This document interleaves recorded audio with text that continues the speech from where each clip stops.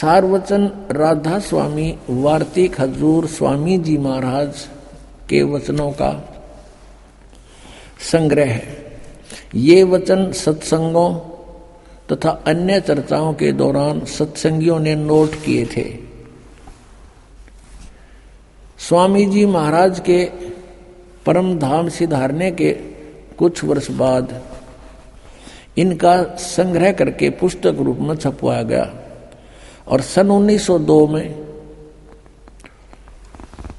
बाबा जयमल सिंह जी महाराज ने सारवचन राधा स्वामी वार्तिक को पहली बार गुरमुखी लिपि में छपवाया, यानी दूसरी भाषा में तो पहले छपी हुई थी और 1902 में तो बाबा जयमल सिंह जी ने पंजाबी भाषा में गुरमुखी भाषा में छपवाया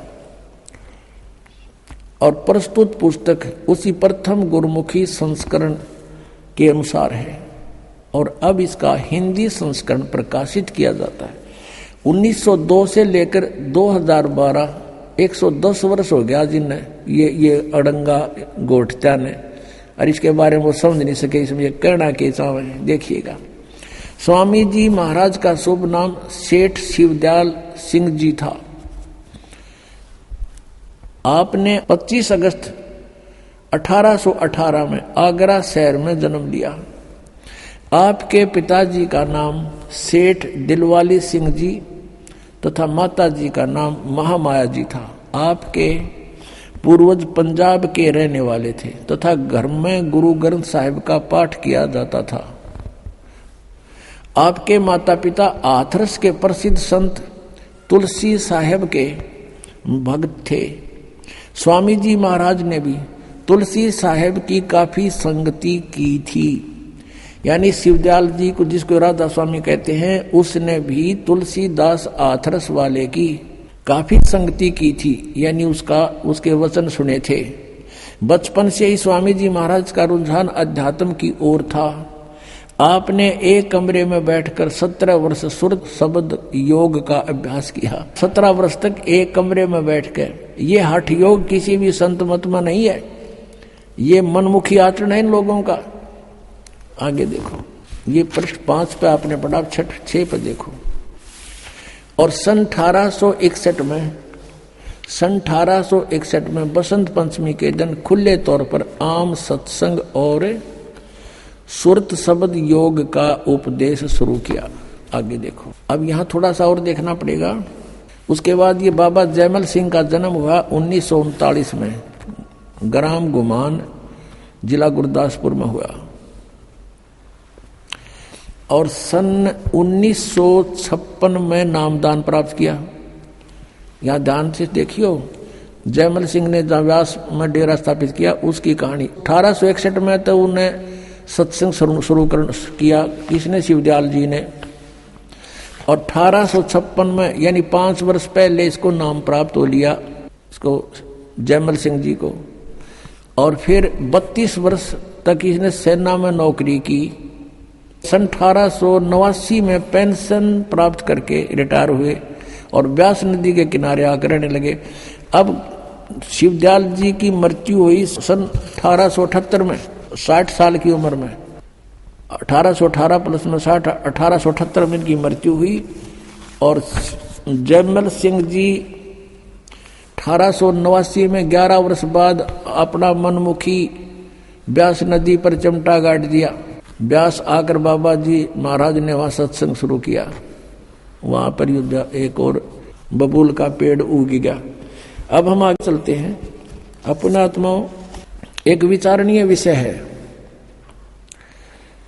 सन 1878 में शिवदयाल जी की मृत्यु होगी। ये चले गए जहां भी इन्होंने जाना था। और फिर 1889 में 11 वर्ष बाद जयमल सिंह जी वहां व्यास में डेरा स्थापित करते हैं। इससे सिद्ध है कि उनको आदेश नहीं था नाम आदि देने का, नहीं था तुरंत नौकरी त्याग शुरू कर देते कार्य को। जैसे इस दास पर रजा हुई हमारे गुरुदेव की। इस दास ने सन 1988 में दीक्षा प्राप्त की थी पूज्य गुरुदेव जी से, और 1994 में दास को आदेश कर दिया कि तू उपदेश दिया कर। उसी दिन से उपदेश शुरू कर दिया था इस दास ने 1994 से। और 1995 में नौकरी त्याग दी थी जब बहुत ज्यादा वर्क बढ़ गया था, लोड हो गया था, और उसके बाद से आज तक सेवा में है। और ये सन 1861 में तो सत्संकरण जोगा होया शिवदयाल जी, और 1856 में यो नाम ले रहा है जयमल सिंह जी, 5 साल पहले, यानी कच्चा नाम था फिर जब तक उनका कच्चा गुरु था, वो गुरु पद पर अधिकारी भी नहीं था, शिवदयाल जी का कोई गुरु नहीं था, और उससे गुरु बना रहे, उसको गुरु बनावे। पुण्यात्माओं, जैसे यहाँ पावर आती है अपने बिजली की, तो वो कनेक्शन पीछे थर्मल प्लांट तक होता है, और थर्मल प्लांट है नहीं किसी लकड़ का लठ गाड़ के को उड़ा तार बांध रहा है, और उससे फिर हम आगे कनेक्शन लेते जा रहे हैं, तो क्या लाइट आएगी? 7 जन्म नहीं आ सकती। ऐसी स्थिति ये शिवदयाल जी वाले पंथ, राधा स्वामी पंथ की और इससे संबंधित पंथों की, जय गुरुदेव, और ये दन दन सतगुरु सच्चा सौदा वालों की यही स्थिति समझ लो। जब इनका कहीं इनका कोई गुरु ही नहीं था, और आगे इनको गुरु कब बना जयमल सिंह जी ने? सन 1856 में नाम ले लिया, 1861 में सत्संकरण जोगा हुआ, जब तक तो अधूरा ही था, अभ्यास में लग रहा था।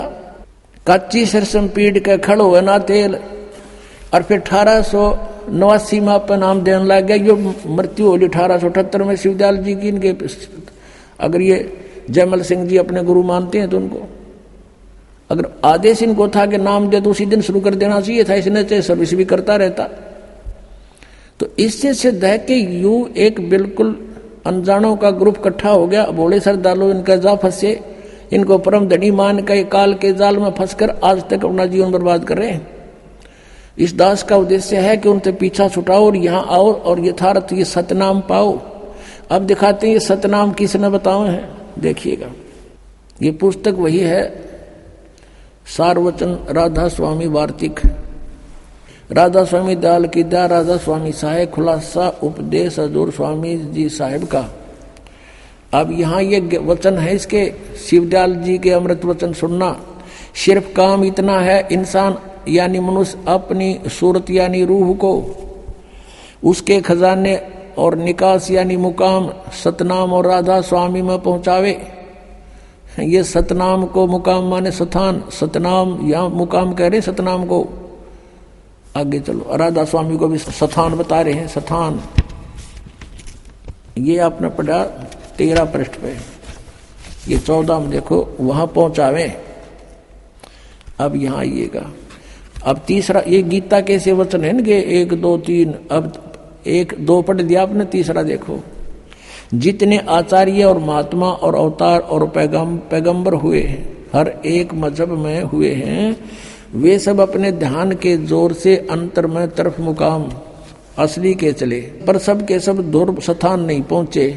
कोई बिरले साध और प्रेमी मंजिल तीसरी तक पहुंचे। सिर्फ संत मंजिल 5वीं यानी सतनाम पर, 5वीं मंजिल सतनाम को स्थान बता रहे हैं, यहाँ पर भी ध्यान से सुनना पुण्यात्माओं।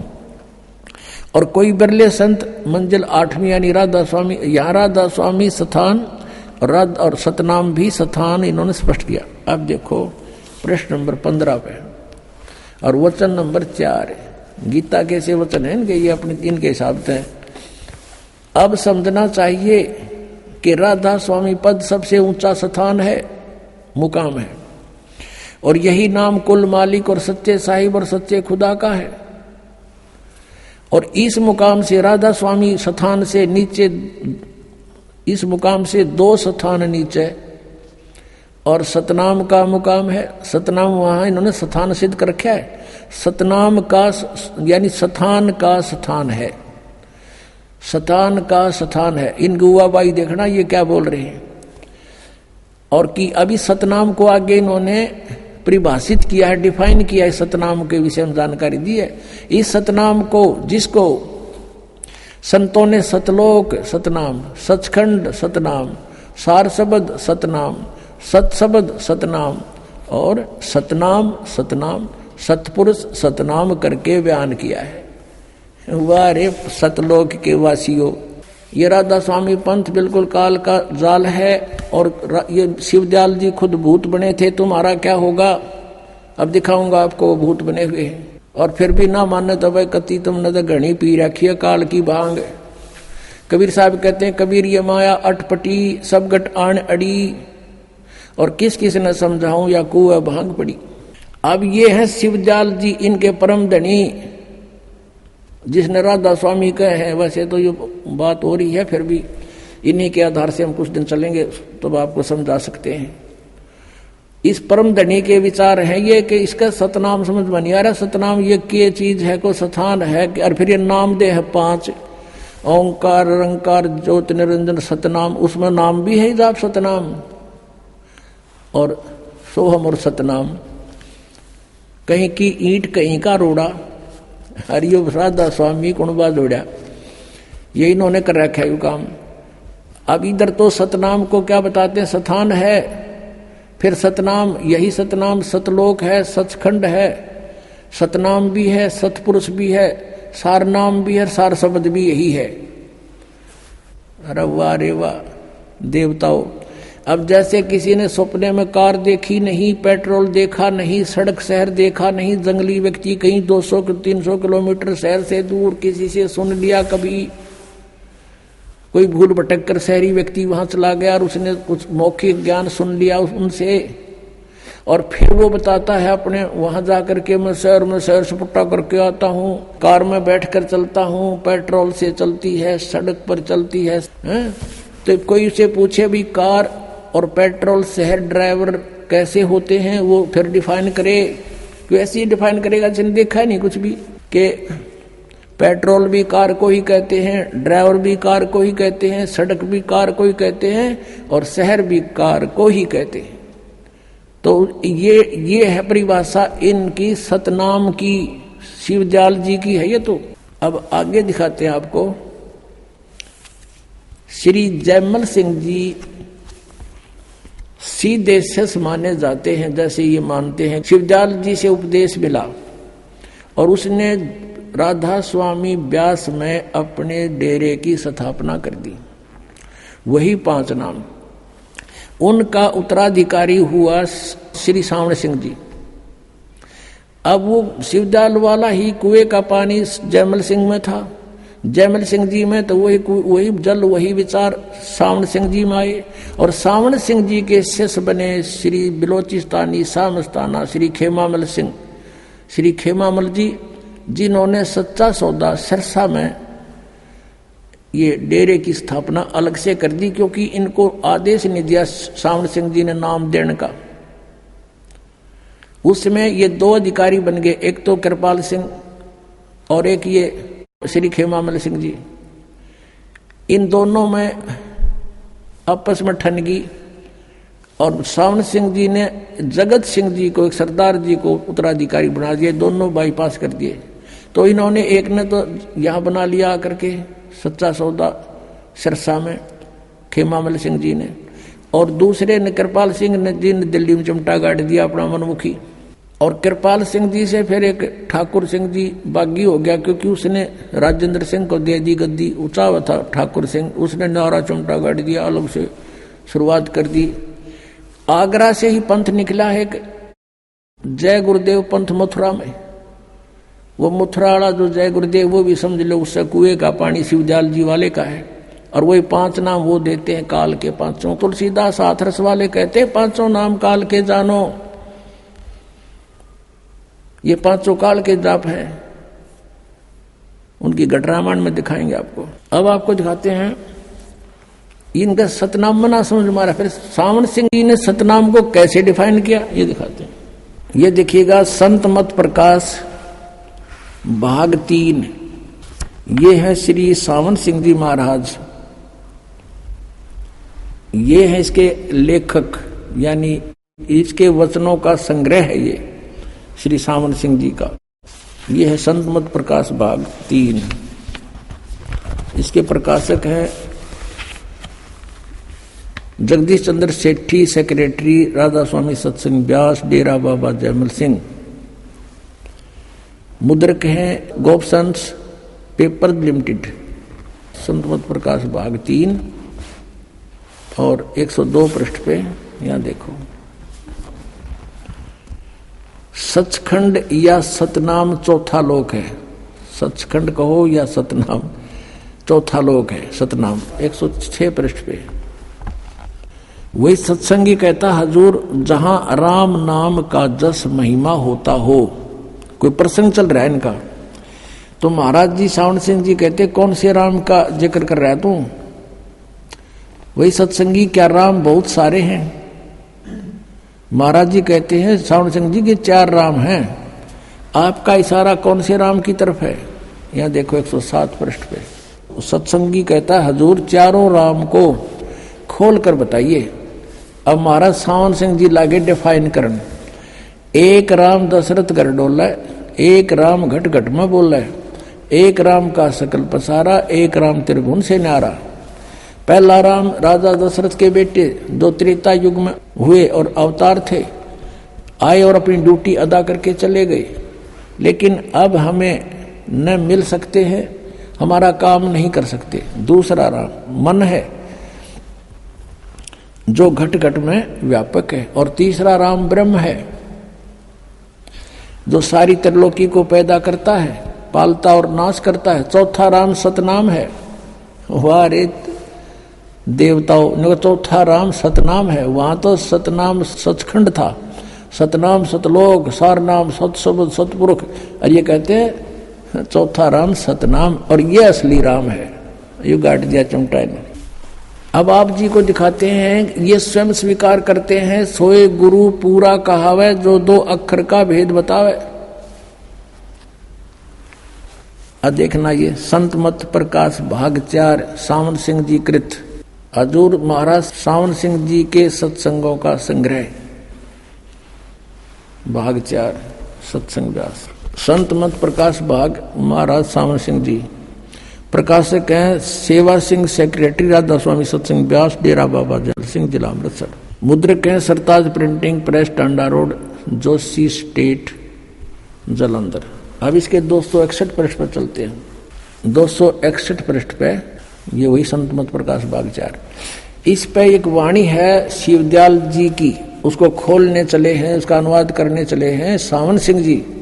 अक्षर रूप निरखती चाली, छोड़ दिया अब देश बिगाना।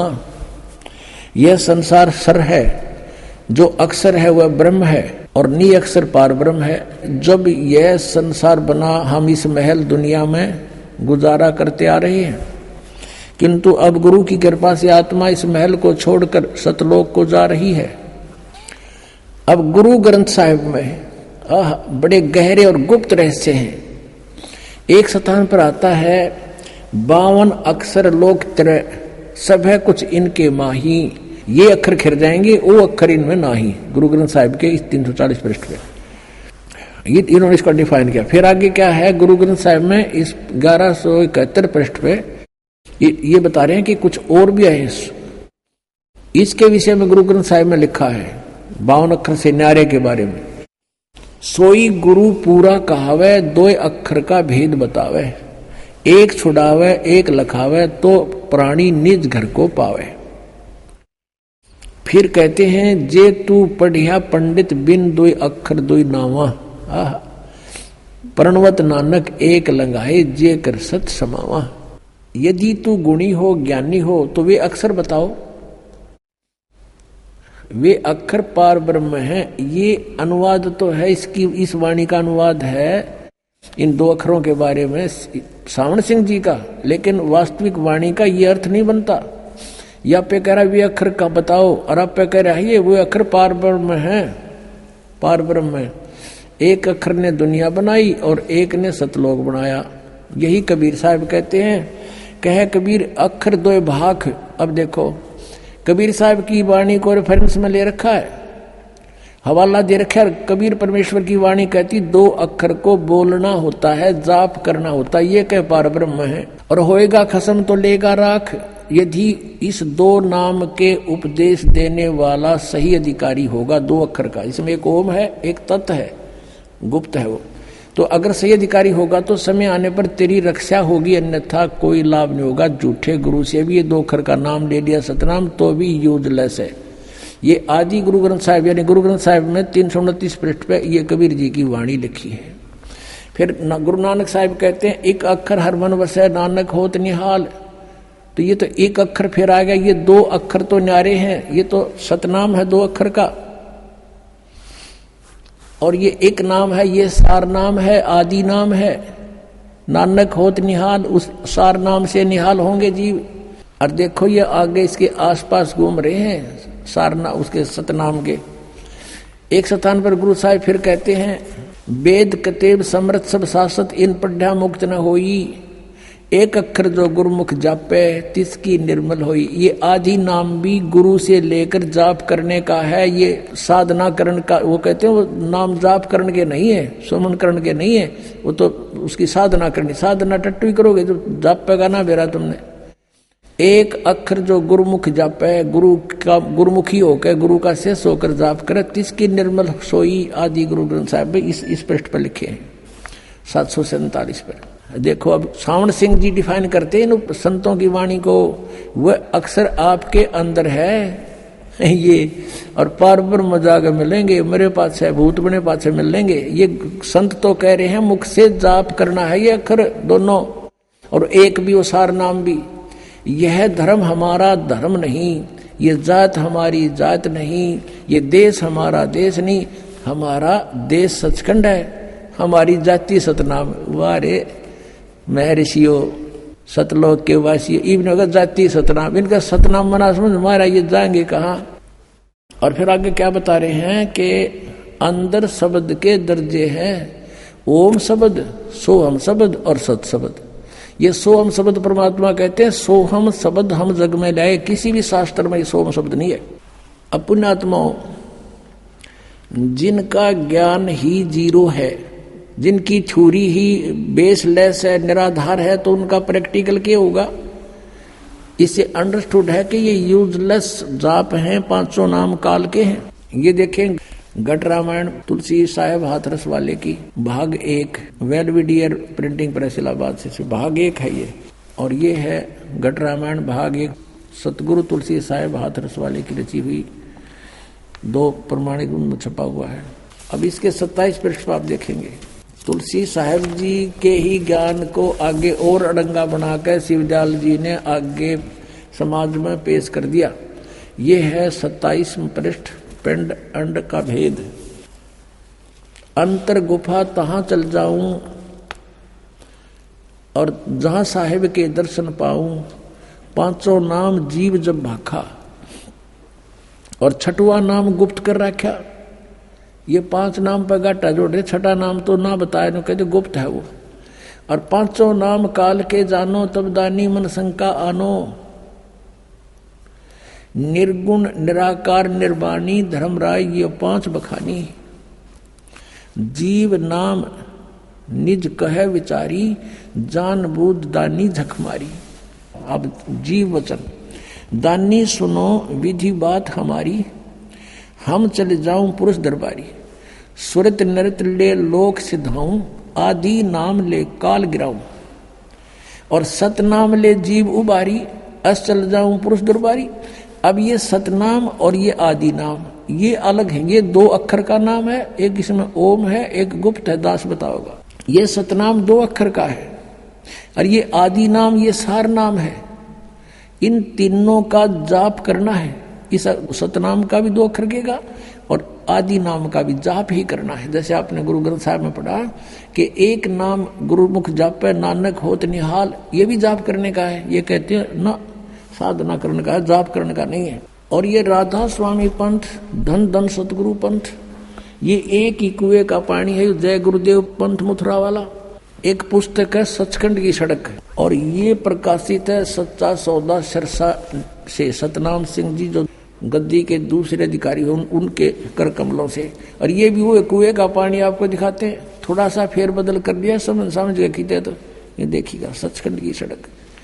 अब नाम तय पुस्तक का ओए होए ऐसा है जैसे बस मेटल रोड है, इस पर चढ़ेर गए सतलोक में, और इसमें कख भी कोनी। देखो इस पुस्तक के नाम ने तो सुनकर आदमी कटके मर जा, भाई मिला भगवान बस तड़के। पहला भाग है दासन दास हजूर महाराज सतनाम सिंह जी, डेरा सच्चा सौदा सिरसा हरियाणा से छपी है। ये वही है, धन धन सतगुरु तेरा ही आसरा, पहला भाग है। ये मुद्रक है इंद्रसेन प्रबंधक, परमार्थ उपदेश प्रिंटिंग प्रेस, डेरा सच्चा सौदा, सतनाम, शाह सतनाम सिंह जी मार्ग, सिरसा, हरियाणा। फोन नंबर इतने। इनके 226 पृष्ठ पर आपको ले चलते हैं। ये है 226 पृष्ठ सचखंड की सड़क। और ये अलखनामी आया रे देश छोड़ के जी छोड़ के, इसका आगे देखियो, इसका अनुवाद करते समय इन्होंने यहां लिखा है अलखनामी आया रे, सारे देश छोड़ के जी छोड़ के।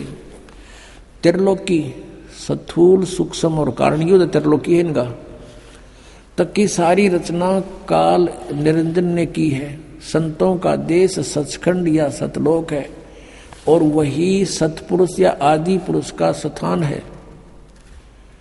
इसको कहे सतपुरुष या आदि पुरुष का वही स्थान है और वह अजर अमर अविनाशी और एक सदा एक रस है। वहां चैतन्यता ही चैतन्यता है और प्रकाश ही प्रकाश है। वहां कोई भगवान है नहीं वास्तव में। नीचे पिंड तक की कुल रचना का आदि और अंत वही है और उसी को सतलोक को, अब ये जो है ना संतों का देश सतलोक है, सचखंड या सतलोक है और उसको पुरुष का स्थान है। यहाँ तक तो ये ठीक बोल गए कि सुन ली होगी, 5-6 दिन ढंग से लिख दिया। उसी को सतलोक को, सचखंड को, उसी को सतनाम, सत शब्द और सार शब्द कहते हैं। वाह रे वाह, एक कुएं की भाग है सारी। कहते हैं ये सतलोक है, संतों का देश सचखंड या सतलोक है और वही सतपुरुष आदि पुरुष का स्थान है और वो अजर अमर है, चेतनता ही चेतनता है, प्रकाश ही प्रकाश है, वहां कुछ भी नहीं है। और उसी को, इस सतलोक को सतनाम, सत शब्द और सार शब्द कहा जाता है। अब आपको पता लग गया ये एक का कुएं का पानी है जय गुरुदेव पंथ, ये सच्चा सौदा धन धन सतगुरु सिरसा और जगमाल वाली, और ये गंगुआ के अंदर 600 मस्ताना ये भी वहीं से निकला हुआ है। और ये कृपाल सिंह जी का मिशन है जो दिल्ली में, और साथ में वो जो जयमल सिंह जी ने चलाया ब्यास से, आगरा से, सब एक ही कुएं का पानी है और यही जल है उनके पास, यही ज्ञान है जो आपको बताया जा रहा है। मोक्ष प्राप्त प्राणी सतलोक में भिन्न रहता है, यह सतपुरुष में ऐसे लीन हो जाता है जैसे बूंद समुद्र में। तब जीवात्माएं अमर पद में पहुंच करके अमर आनंद लेती और उसी समुद्र का ही रूप हो जाती। तो समुद्र में बूंद गिरी, समुद्र का रूप हो गई। जल की बूंद जल में गिरी, उसका रूप धारण कर दिया। तो ये थे जय गुरुदेव पंथ के संत तुलसी साहिब जी के विचार। और आइए अब जानते हैं जगत गुरु तत्वदर्शी संत रामपाल जी महाराज के विचार। अब ये कहते हैं कि सतलोक में प्रकाश ही प्रकाश है, नूर ही नूर है, वह सतपुरुष नहीं है। और आत्मा जब उसमें पहुंच जाती है तो ऐसे मिल जाती है जैसे बूंद समुद्र में, यानी जैसे डूब का मरना होता है। तो पुण्यात्मा पहले तो ये इंटरेस्ट किसी का हो नहीं कि उसमें जाकर मरा डूब के, उसमें एक रस हो जावे। यही प्रत्यक्ष उदाहरण बता दिया। अगर कोई नो कहे समुद्र में भगवान है, चलो कूद छलांग लगाओ, कितने मरेंगे, एक आधा बोला वैसे चला जाओ उसमें। नहीं तो समझदार व्यक्ति ने कहा वाह विवाह, भगवान को तो कहते उसके दर्शन करते हैं, उसके रोमकूप में करोड़ सूर्य करोड़ चंद्रमा मिला दिया, ऐसी रोशनी है परमात्मा की वाणी में, तो ऐसा लिखा कबीर जी की वाणी में। और वहां चले गए हंस उसके चौर करते हैं भगवान के, फिर निराकार के चौर कैसे करेंगे। और फिर ये बताते हैं कि एक समय सामण सिंह जी ने कथा सुना रखी है कि एक इंद्रमती नाम की रानी थी और कबीर साहब के समय में हुई। वैसे दिन ने पता ही नहीं कहेंगे वो कब हुई थी, कब परमात्मा आए थे। फिर भी इन्होंने जैसा जोड़ जुगाड़ करके ज्ञान दिया वो ज्ञान समझते हैं। और रानी इंद्रमती कबीर साहब की शिष्या थी। कबीर साहब तो पहले जाकर समुद्र में लीन हो गए उस सतपुरुष में, और पीछे इंद्रमती रानी जब गई तो ये क्या बताते हैं, उसमें डूब का मरण गई जब हुआ पीछे से, तो वहां क्या देखा कि कबीर साहब को की पदवी देखी, वहां पर वो तो सतपुरुष है। तो वह इंद्रमती रानी कहती है कि हे भगवान, आप सचमुच, आप तो अकाल मूर्त हो, आप तो सतपुरुष हो, और मुझे पहले पता चल जाता तो मैं आपकी सेवा नहीं करती। अब देखो इनकी अकल। इनके विधान अनुसार, राधा स्वामी वालों के विधान अनुसार, जय गुरुदेव वालों के विधान अनुसार, यदि ये माने कि वो पहले कबीर साहब लीन हो गए सतपुरुष में, उस नूर में, समुद्र में, और पीछे इंद्रमती उसमें समा गई, तो फिर बात कैसे करी उन्होंने वहां जाके? वो तो खत्म हो गया अस्तित्व, तो बूंद ने समुद्र में डाल के फिर बता उसका अस्तित्व बताओ दूसरा कैसे हो गया? फिर वहां कबीर साहब को देखा कैसे सतपुरुष रूप में? वास्तविकता ये है कि Kabir is God, Kabir is जो सुप्रीम गॉड, यह सतपुरुष है, अविनाशी गॉड। और ये वहां परमात्मा अपने करोड़ सूर्य मिला दे, करोड़ चंद्रमा से, रोमकूप की 100 ऐसा रूप है मालिक का। और वहां जाके इंद्रमती ने सचमुच देखा परमात्मा आप तो सचमुच सतपुरुष ही थे, हमारी बुद्धि इतना काम नहीं कर रही थी, हम आपको पहचान लेते। वास्तविकता तो ये सच्ची है, लेकिन इनकी थ्योरी गलत है कि वो भी कबीर साहब पहले लीन हो गए, 5-6 इंद्रमती रानी लीन होगी, फिर वो बतलाओगे क्योंकि आपस में बातें कैसे करेंगे? लेकिन इनका अज्ञान और करोड़ों अनुयायी इन नकलियां के पीछे लाग रहे हैं, इनको परम धनी मान के, क्योंकि श्रद्धालुओं की श्रद्धा ये होती है गुरु जी जो बोलने वह सही है। इसका दुरुपयोग किया इन नकलियों ने, इनको बर्बाद कर डाला, बोली आत्माओं का जीवन नष्ट कर दिया। अब देखो सावन सिंह जी के वचन, संत मत भाग प्रकाश 4, इसके ही 264 पृष्ठ पे लिखा है, 264 पृष्ठ, संत मत भाग प्रकाश 4। एक सत्संगी ने सावन सिंह जी से पूछा, सावन सिंह जी कौन है? ये है सच्चा सौदा के खेमामल सिंह सामस्ताना बिलोचिस्तानी के गुरुजी, ये सावन सिंह जी। इससे प्रश्न किया सत्संगी ने, हजूर संतों की पदवी कहाँ तक है? महाराज जी सावन सिंह जी उत्तर देते, हमारे इतनी बुद्धि और अकल नहीं कि हम संतों की पदवी को समझ सके। फिर भी सुनो, रानी इंदुमती कबीर साहब के समय में हुई थी। पहले कबीर साहब मालिक में जाकर विलीन हुए, देखना, फिर रानी हुई। जब रानी ने सचखंड में जाकर कबीर साहब की पदवी देखी तो कहने लगी, महाराज यदि आप पहले ही बता देते कि मैं ही अकाल पुरुष हूं तो मैं भजन सुमन कर कर के व्यर्थ परेशान ना होती। कबीर साहब ने उत्तर दिया, तुमको उस समय विश्वास नहीं आना था। अब इसमें विवेचन करते हैं पुण्यात्माओं।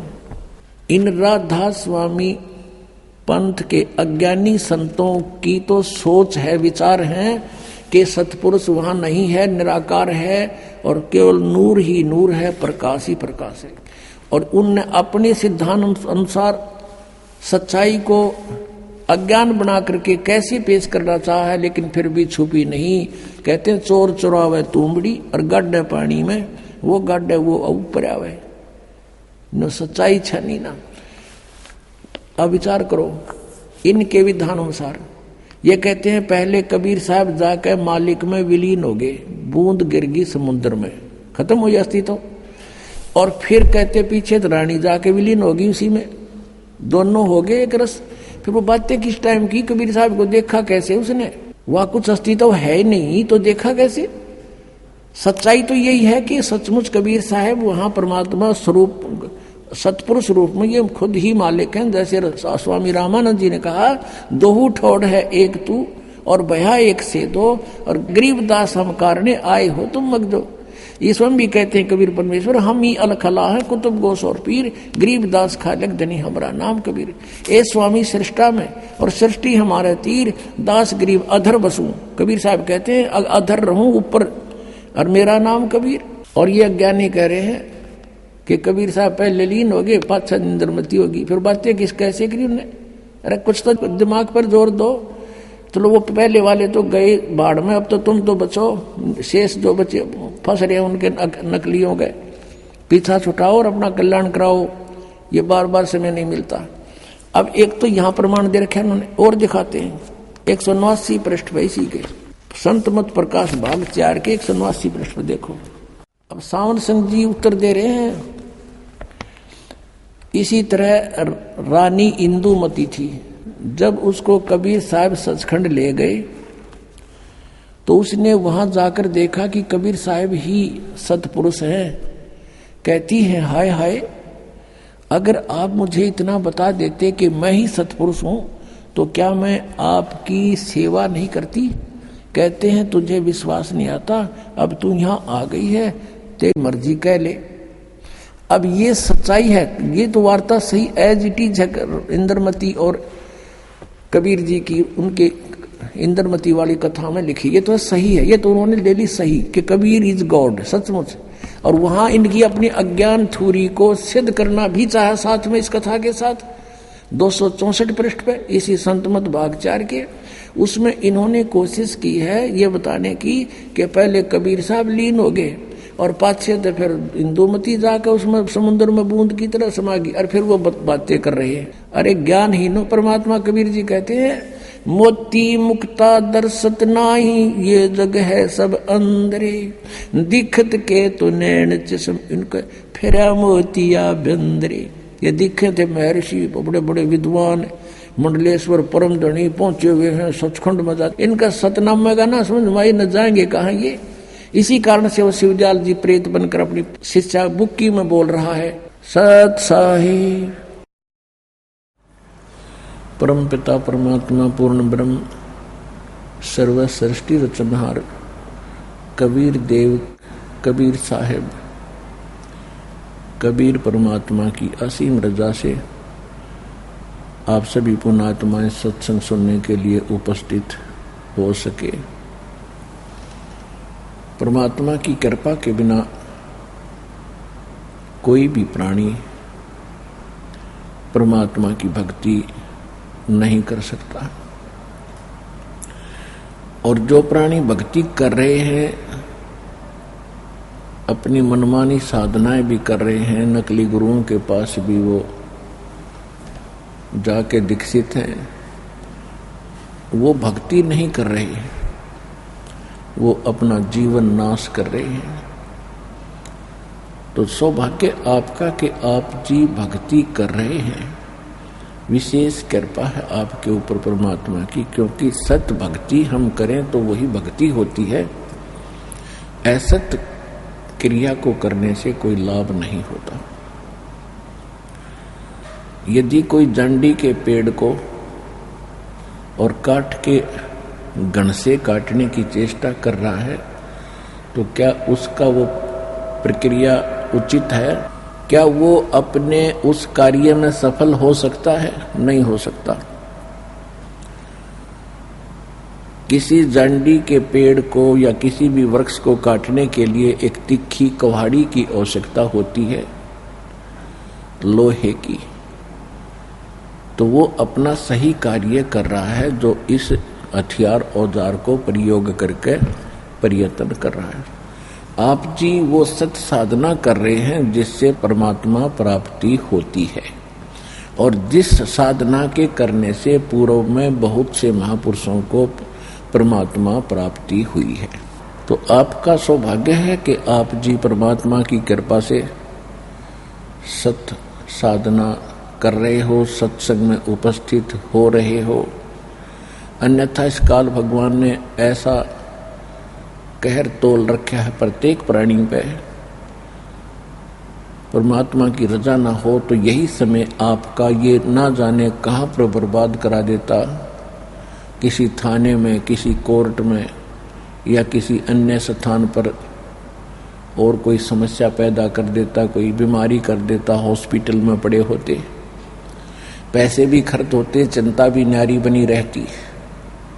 उसकी कृपा से आप यहाँ पहुँचे हो, कितना शांत हो, कोई दुख है वो भी आप पर इतना प्रभाव नहीं कर पाएगा, क्योंकि यहाँ परमात्मा की विशेष रजा होती है। जहाँ भक्त संत रहते हैं वहाँ काल का प्रभाव नहीं होता, और आपको वो अनमोल ज्ञान मिलेगा, आपके बहुत शुभ संस्कार बनेंगे, और शुभ कर्मों का फल ही सुख होता है, बुरे कर्मों का फल दुख होता है। तो इसलिए आपका बड़ा सौभाग्य है कि आप जी परमात्मा की भक्ति कर रहे हो और सत्संग में उपस्थित हो रहे हो। सतगुरु के दरबार में जाइयो बारंबार, बोली वस्तु लखा देवे हैं सतगुरु दातार। सत्संग की आधी घड़ी और तप के वर्ष हजार, तो भी बराबर है नहीं यूं कहें कबीर विचार।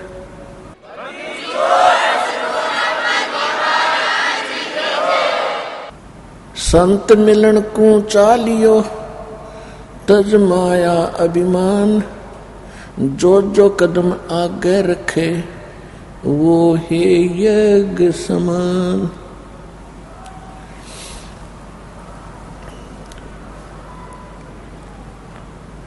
संत मिलन को चालियो दिन में कई कई बार, आसोज के मेह जो ये गणा करें उपकार। कबीर दर्शन संत का परमात्मा आवे याद, लेखे में वो ही घड़ी बाकी का समय बर्बाद। साधु दर्शन राम का मुख पे बसे सुहाग, दर्श उन्हीं को होते हैं जिनके पूर्ण भाग। आप जी सभी पूर्ण भागी हैं, भले ही कोई दुख के कारण यहाँ पहुंचा है या कोई परमात्मा प्राप्ति के लिए ही यहाँ आए हैं। आप पूर्ण भागी प्राणी हो और परमात्मा के विशेष कृपा पात्र हो। तो सत्संग में आने से प्राणी को ज्ञान होता है कि मनुष्य शरीर किस लिए प्राप्त होता है, हमारा कर्तव्य क्या है, हम कर क्या रहे थे। हम सभी पहले अपनी जो साधनाएं कर रहे थे वो परंपरागत साधनाएं थी, उनको सही मानकर कर रही थी। और जिस समय हमें सत्संग प्राप्त हुआ यानी सतगुरु मिले, यथार्थ ज्ञान प्राप्त हुआ, तो सत्संग में आने से हमें पता चला कि हम जो साधनाएं कर रहे थे वो सदग्रंथों के विपरीत थी। मनमानी साधनाएं हम कर रहे थे, सुनी सुनाई देखा देखी लगे हुए थे। एक लोक वेद के आधार से हम अपनी भक्ति क्रियाओं को कर रहे थे। लोक वेद होता है अक्षेत्रीय ज्ञान, यानी सुनी सुनाया ज्ञान जो यथार्थ ना हो उसको लोक वेद कहते हैं। अब 600 वर्ष पहले परमात्मा इस कलयुग में स्वयं प्रकट हुए थे एक सतगुरु के रूप में। कबीर भगवान वो सारी सृष्टि के रचनहार सत्य पुरुष, अमर पुरुष, उन्होंने एक सिंपल मैन की, एक साधारण नागरिक की भी भूमिका की। परमात्मा ही हमें गाइड करते हैं, परमात्मा ही हमें हर प्रकार की यहाँ जीने की प्रक्रिया सही बताते हैं। परमात्मा ने, कबीर परमात्मा जी ने आकर के सबसे पहले हमें ये सिखाया कलयुग में कि यहाँ पर जो माया जोड़ने की, कोठी बंगले बनाने की जो आपके अंदर एक गलत प्रेरणा है यह व्यर्थ है। इस पृथ्वी लोक पर इसकी कति आवश्यकता नहीं है, ये महामूर्खों का कार्य है। और जब तक हमें सत्संग नहीं मिलता तो हम उसी को सबसे उत्तम मान रहे होते हैं।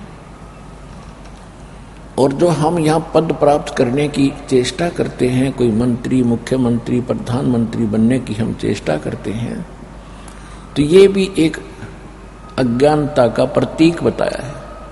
कौन सी अज्ञानता का? जो अध्यात्म ज्ञान के विपरीत है। हमेशा जगत और भक्त का आपस में मतभेद और विरोध इसी बात पर रहा है कि जो सत्संग भक्त होते हैं उनका विधान आध्यात्मिक तरीके से और धर्म नीति होती है, और जगत की जो आधार है वो राजनीति होती है, और जगत का व्यवहार उनका परम कर्तव्य मान बैठे होते हैं, वो उसी का निर्वाह करते हैं। तो सत्संग में आने से पता चलता है कि मनुष्य जीवन परमात्मा ने केवल भक्ति के लिए दिया है, मोक्ष प्राप्ति के लिए। इसके अतिरिक्त हम जो भी क्रियाएं कर रहे हैं, संतानों उत्पत्ति, पेट के लिए एक दूसरे की छीना झपटी, रिश्वतखोरी, मिलावट करके अपने कोठी बंगले बनाने की हम चेष्टा कर रहे हैं। तो ऐसी जिस भी पशु पक्षी की जैसी सामर्थ्य है वो भी ऐसा ही कर रहा है। अब संतान उत्पत्ति सब प्राणी करते हैं, उनकी पालन पोषण की चेष्टा और चिंता सभी को सेम है जैसी आप जी को है।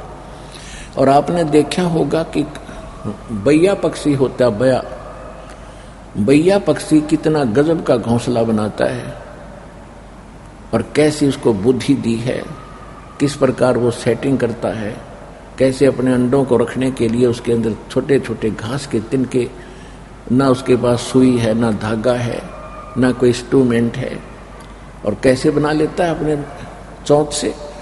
तो ये इस तरह की चतुरता करते हम यदि मनुष्य जीवन को भी ऐसे ही व्यर्थ करेंगे तो ये हमारी बुद्धिमत्ता नहीं है। इसके लिए हमने परमात्मा प्राप्ति करनी है इस मनुष्य जीवन से। और परमेश्वर ने आकर के एक साधारण नागरिक का भी एक रोल किया, भूमिका की, कि सभ्य समाज और सभ्य नागरिक कैसा होना चाहिए। अपने 10 नाखूनों की मजदूरी से अपना निर्वाह करे, किसी की चोरी, लूट, खसोट, जारी ये बकवाद करके यहाँ कोठी बंगले कती नहीं बनावे। ये पाप का मूल कारण है। यहाँ रहने के लिए हमने परमात्मा ने बताया है कि कबीर घर तो 3.5 हाथ भाई गणात 4.25 और कहाँ चढ़ावे मैडिया तो लंबी भीत उसारे। के भोले प्राणी, कहाँ लंबी लंबी द्वारे मना करके तू प्रभु अपनी प्रभुता दिखा रहा है। ये समय मनुष्य जीवन का ऐसे बर्बाद करने का नहीं है। भक्ति करो, और मकान तो इतना ही काफी है। घर तो 3.5 हाथ गणा तो 4.25। प्रत्येक मनुष्य की अपनी अपना शरीर, प्रत्येक मनुष्य का अपना शरीर अपने 3.5 हाथ का होता है। ये जो हाथ यहाँ से लेकर कोहनी तक है, इसको एक हाथ बोला है। ये मेजरमेंट के लिए है। प्रत्येक प्राणी का 3.5 हाथ का शरीर है। तो परमात्मा कहते हैं आपने चाहे 4 कमरों की कोठी बना ली और ऊपर नीचे 8 कमरे बना लिए, एक ही कमरे में एक कोने में एक चारपाई के ऊपर आपने विश्राम करना होता है, बाकी शेष आपका व्यर्थ है। तो क्या बताते हैं भाई, घर तो 3.5 हाथ और गणा तो 4.25। ज्यादा चाहता है तो 6 इंच और बढ़ा ले, 4 इंच। कहने का भाव ये है कि मिनिमम कम से कम ये मकान आदि के ऊपर आप समय व्यर्थ कम से कम व्यतीत करो, लगाओ, और ज्यादा समय परमात्मा की भक्ति में, परमात्मा की चर्चा सुनने में और अपने सतलोक जाने की हमेशा टेंशन बनी रहे।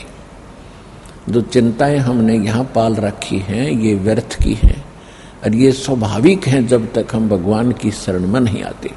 जिस समय हम परमात्मा की शरण में आ जाएंगे तो जो यहाँ की टेंशन है कुछ तो ज्ञानता मिट जाएगी और फिर भगवान की भक्ति होने से वो दुख जो प्रारब्ध का है वो अपने आप खत्म हो जाएगा। तो परमात्मा ने स्वयं आकर के एक झोंपड़ी में रहा करते थे, झोंपड़ी में, और सारी सृष्टि के रचने वाले एक शब्द से वो एक जबरदस्त महल बना सकते थे। एक वचन से दूसरा सेकंड नहीं लगना था उनको। तो ये महल तो भगवान वहां छोड़कर आए हैं जो सर्व सुख थे कबीर भगवान को सतलोक में। यहाँ तो हमें एक ऐसी भूमिका करके दिखाई है कि बच्चों, यदि तुमने भक्ति करनी है और तुम्हारी अकल ठिकाने आगी है कि ये गंदा लोक है, ये काल का लोक है, यहाँ रोजाना हाहाकार मची है, कोई मर रहा है, कोई खप रहा है, और एक का भी सांस का भरोसा नहीं, दूसरी सेकंड में के बिजली गिर जाए, चाहे प्रधानमंत्री चाहे राष्ट्रपति हो सारी पृथ्वी का। तो क्या जीवन है यहाँ पर? ये क्या प्रभुता है आपकी, या भूल पड़गी। इस भूल को मिटाने के लिए परमात्मा ने स्वयं ही हमारे तरह एक जीवन जीकर दिखाया, ताकि हम कम से कम अपने भगवान का अनुसरण करके अपनी इन बकवादों को कम कर सकें जो हमने समाज से ग्रहण कर रखी है। यदि भक्त और जगत की जैसे ही क्रियाएं करता रहेगा, वही कर्म करता रहेगा, तो भगत नहीं है। एक विद्यार्थी है और एक बच्चा विद्यार्थी है, एक बच्चा पढ़ नहीं रहा, स्कूल नहीं जाता, वैसे ही बकवाद करता फिरता है। कभी गधों पर बैठकर घूम रहा है, कभी वृक्षों पर चढ़कर छलांग लगा रहा है, कभी कहीं भाग रहा है, कभी कहीं धक्के खा रहा है, या कोई शराब पी रहा है, कोई ताश खेल रहा है। तो यदि विद्यार्थी वो कर्म करेगा तो पढ़ेगा कैसे? विद्यार्थी का वो काम नहीं है, वो तो उसका काम है जिसने अपने कर्म फोड़ने हो। इसी प्रकार आप एक दीक्षित भगत होगे, आप विद्यार्थी होगे भगवान के पाने की उस यूनिवर्सिटी के, उस स्कूल के। आप जी ने वो क्रिया करनी पड़ेगी जो भगत की यानी विद्यार्थी की होती है, और अन्य समाज चाहे कुछ भी कर रहा है उस पे आपका ध्यान नहीं जाना चाहिए। कोई कोठी बनाता है, बनाने दे, कोई डीजे बजाता है, बजाने दे, फोड़न दे करण मुसन अपने, कोई शराब पीता है, चौधरी पाक क्या अंडे। आपके भगवान के ज्ञान के आधार से आपको आपके और उसके भविष्य की तुलना करनी चाहिए। क्या बताते हैं? 3 लोक का राज जीव को जय कोई दे, लाख बधाई क्या करे जय नहीं नाम तेने। यदि 3 लोक का भी कोई राजा बन जा, यदि वो भक्ति नहीं कर रहा है तो धिक्कार है उसके जीवन को।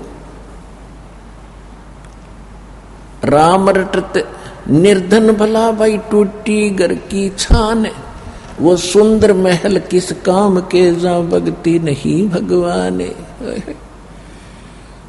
परमात्मा कहते हैं कि भगवान की भक्ति करने वाला वो भक्त परमात्मा को बहुत प्रिय है और बहुत ही धनवान है वो भक्ति मार्ग में, जिसकी झोंपड़ी की चाहे ऊपर की छत भी टूटी हो लेकिन भक्ति कर रहा हो। और जो भक्ति नहीं कर रहे वो चाहे आलीशान महलों में रह रहे हो, उनका भविष्य कुछ भी नहीं है। आज कोठियों में रहते हैं, जनता में उनकी खूब शान है, शौकत है, और कल भाई की मृत्यु होगी, वो कुत्ता बनकर उसी कोठी के बाहर बैठा होगा गली के अंदर, चाट ले उस कोठी ने। अब के काम आई? वो सारी उम्र असंख्य न जाने कितने वर्षों, हजारों वर्षों, लाखों वर्षों तक धक्के खावेगा। एक 10-20 वर्ष के लिए कोठी बना के इसमें चौधरी पाक क्या, और उसमें रहता कितने समय है वो व्यक्ति? पुण्यात्माओं, आप जी ने परमात्मा के द्वारा दिए गए ज्ञान पर अमल करना पड़ेगा। ये बातें कहन सुनन की नहीं, ये कर पाड़न की है। ये मन ने कह दिया, आपने सुन ली, भाई बहुत बढ़िया सत्संग कराया गुरु जी ने, नहीं, ये आपने अमल लानी पड़ेगी, अमल में लानी पड़ेगी, तब आपका कल्याण संभव है। अब परमात्मा स्वयं भी एक कुटिया में रहते थे, अपने हाथ से कपड़ा बुनकर। पुण्यात्मा विचार करो, एक थान बनाने में एक पतले से धागे को ऐसे डालना, फिर ऐसे डालना, फिर ऐसे डालना, एक दिन में कितना बना पा सकता है? ज्यादा से ज्यादा 1.5 फुट 2 फुट। और परमात्मा ये काम करते थे, और उसी से जो मेहनताना मिलता था उससे निर्वाह करते थे। और फिर भी अगर बच जाता था तो उसका दान करते थे, पुण्य में लगाते थे। तो हमें वो इसलिए शिक्षा दे रहे हैं कि आप परमात्मा की सारी क्रियाएं को अपनाओ जो भगवान पाने में सहयोगी हैं।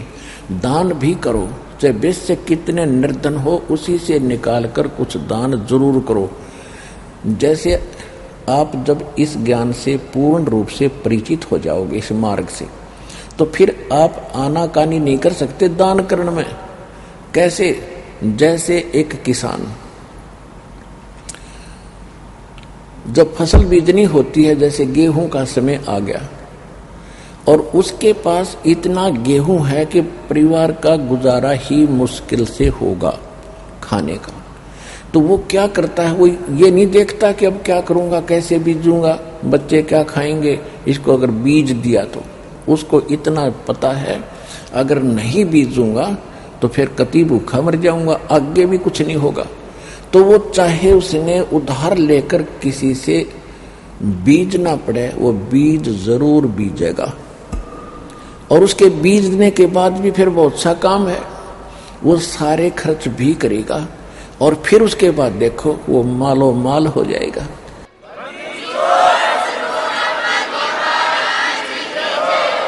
इसी प्रकार आप जी ने ये बीज धर्म का बोना पड़ेगा। अपने और वाह्यात के खर्चों को कम करके दान में ज्यादा ध्यान आपने देना पड़ेगा। देते को हर देत है जहां तहां से आने, अन देवा मांगत फिरे भाई साहेब सुने ना कान। अब एक तो मनुष्य कार में बैठा जा रहा है, एक मनुष्य दिए बाबा दिए बाबा दिए बाबा, और चल चल चल चल चल। तो ये क्या है, उसने पहले दान किया जो आज सुख से जीवन जी रहा, जो यहाँ का सुख है। अरे एक जिसने दान धर्म किया नहीं, मनुष्य जीवन भी मिल गया, भक्ति उसके पास नहीं, मांगता फिरता है। कहते हैं देते को हर देत है जहां तहां से आन, और ना दिया फिर मांगते फिरियो, भगवान सुने नहीं कान। तो पुण्यात्माओं, परमात्मा कबीर साहब ने स्वयं आकर के सब क्रियाएं हमें